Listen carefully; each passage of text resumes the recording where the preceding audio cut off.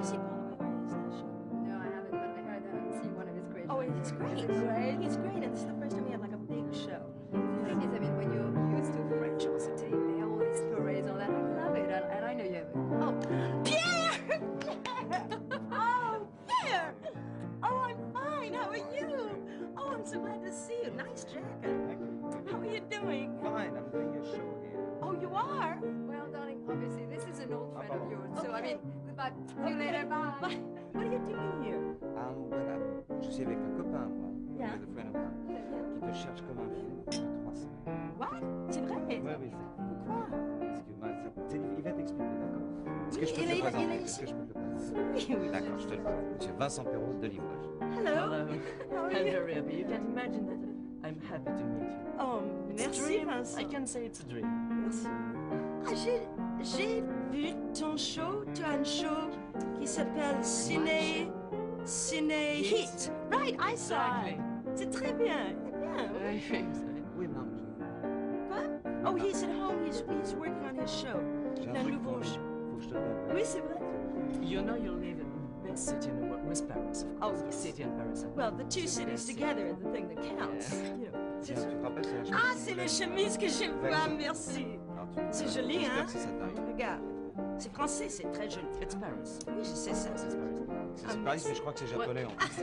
What do you think about French men? Oh, je pense que ce sont les meilleurs au monde. Ah. Pas, my husband is the best. Mais après mon husband, le meilleur. It's difficult to speak. What? It's difficult to speak here. Yes, but this is always the case in Regine's. Vincent, maybe tomorrow you could come to... Tu viens chez moi demain et nous parlons... Do you think really that? Oui, si tu veux.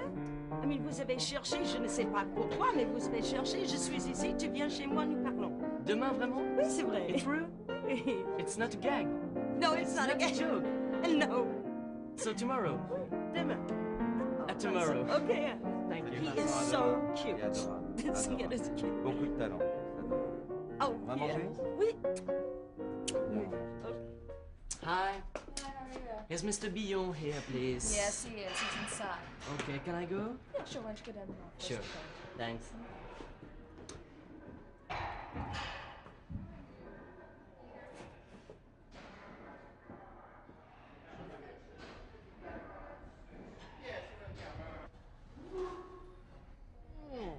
Three, four, five, six, seven, eight, nine, 10.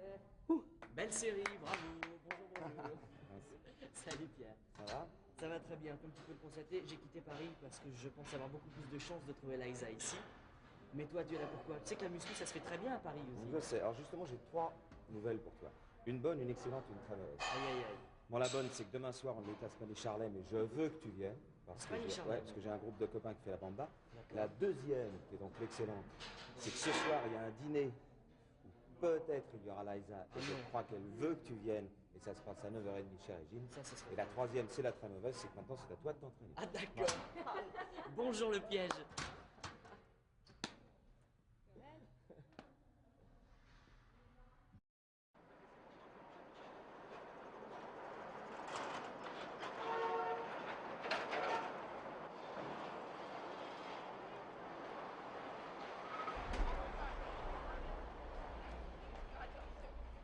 S'il s'agissait d'une plaisanterie, elle était de fort mauvais goût, car évidemment Pierre Billon m'avait mis l'eau à la bouche.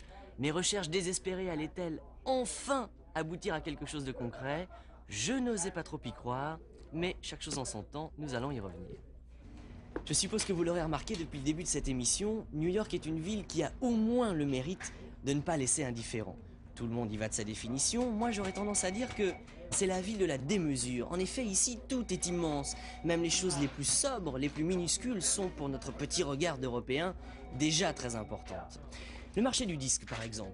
C'est une industrie colossale. Inutile de vous dire que pour un artiste d'expression française, il est très difficile d'arriver à s'imposer et s'intégrer à un marché autour de stars comme, prenons par exemple, Liza Minnelli. Certains y ont malgré tout bien réussi, il faut le reconnaître, que ce soit Patachou, Enrico Macias ou même Michel Legrand, et d'autres essaient, persistent. Daniel Lavoie, par exemple, c'est un artiste canadien qui vient d'enregistrer un album en anglais, lequel entrera très bientôt dans les charts américains. En attendant cela, je vous propose de voir sa dernière chanson, je dis bien en exclusivité, car vous allez la voir pour la première fois sur une chaîne de télévision française.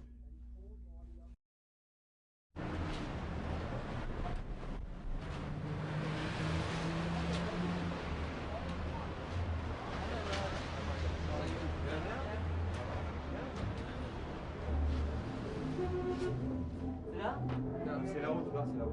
Super.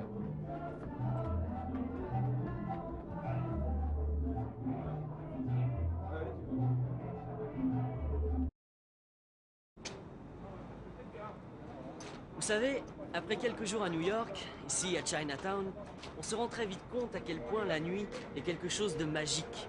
De fascinant aussi, grâce à toutes ces lumières, ces ampoules colorées, ces enseignes, ces néons, qui font que cette ville, entre le jour et la nuit, un petit peu comme la vengeance, a deux visages.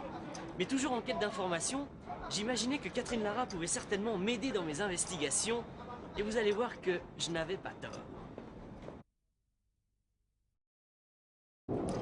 Catherine Lara venait donc de me donner les coordonnées de Patachou, par qui j'allais certainement pouvoir avoir celle d'un des amis intimes de ma star tant désirée. En effet, s'il en est un en France à connaître parfaitement Liza Minnelli, c'est incontestablement Charles Aznavour. Alors, la piste est effectivement longue et sinueuse, mais vous allez voir, grâce à Patachou, très encourageante.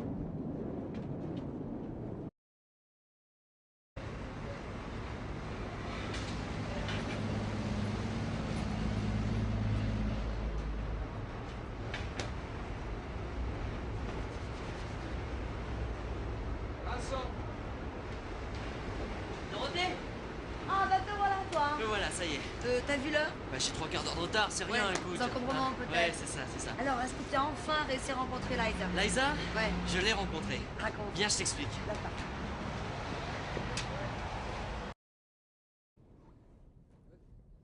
Bon, comme vous venez de le constater, l'enquête commençait plutôt mal. Mais quand la situation est grave, il ne faut jamais désespérer.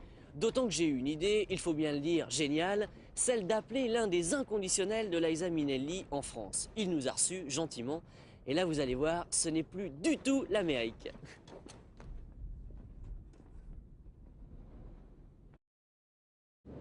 Bonsoir, soyez les bienvenus à l'angle de la 45e rue et de Broadway. En effet, pour cette émission exceptionnelle, nous vous invitons à passer plus d'1 heure à New York. Vous serez les témoins privilégiés de l'enquête, de l'investigation que nous avons menée dans le but d'approcher et de rencontrer l'une des plus grandes stars internationales de notre époque. Elle chante, elle danse, elle joue la comédie merveilleusement. On l'a même surnommée la reine de Broadway. Je pense qu'il est maintenant absolument pas nécessaire de vous dissimuler plus longtemps son identité. Il s'agit de mademoiselle Liza Minnelli. Vous pensez peut-être qu'il s'agit d'un coup de cœur ou d'un coup de foudre. Vous avez peut-être raison. Mais pour mieux connaître la genèse de cette histoire, je vous propose de rester avec nous bien sûr et de repartir dans un premier temps à Paris.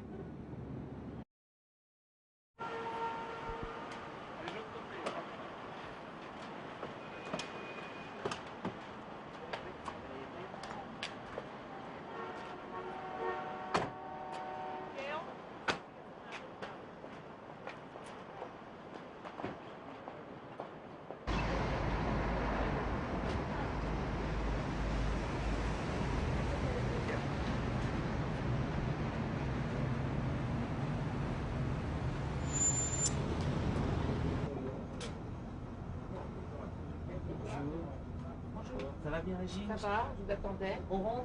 On rentre.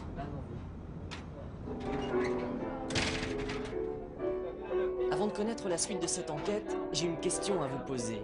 Avez-vous déjà ressenti la peur? Et je me sens très à l'aise pour vous le demander, car croyez-moi, ce soir-là, j'avais peur. Je cherchais Liza depuis des semaines. J'étais sur le point de la rencontrer. Alors comment expliquer que je n'arrive plus à mettre un pied devant l'autre? Comment expliquer cette sensation étrange de n'avoir plus rien à lui demander? Sinon par la peur. Alors donc dans ces cas-là, il y a peu de choses à faire. Rajouter une cravate à son costume, ça met à l'aise, se traiter d'imbécile et sans plus réfléchir, foncer.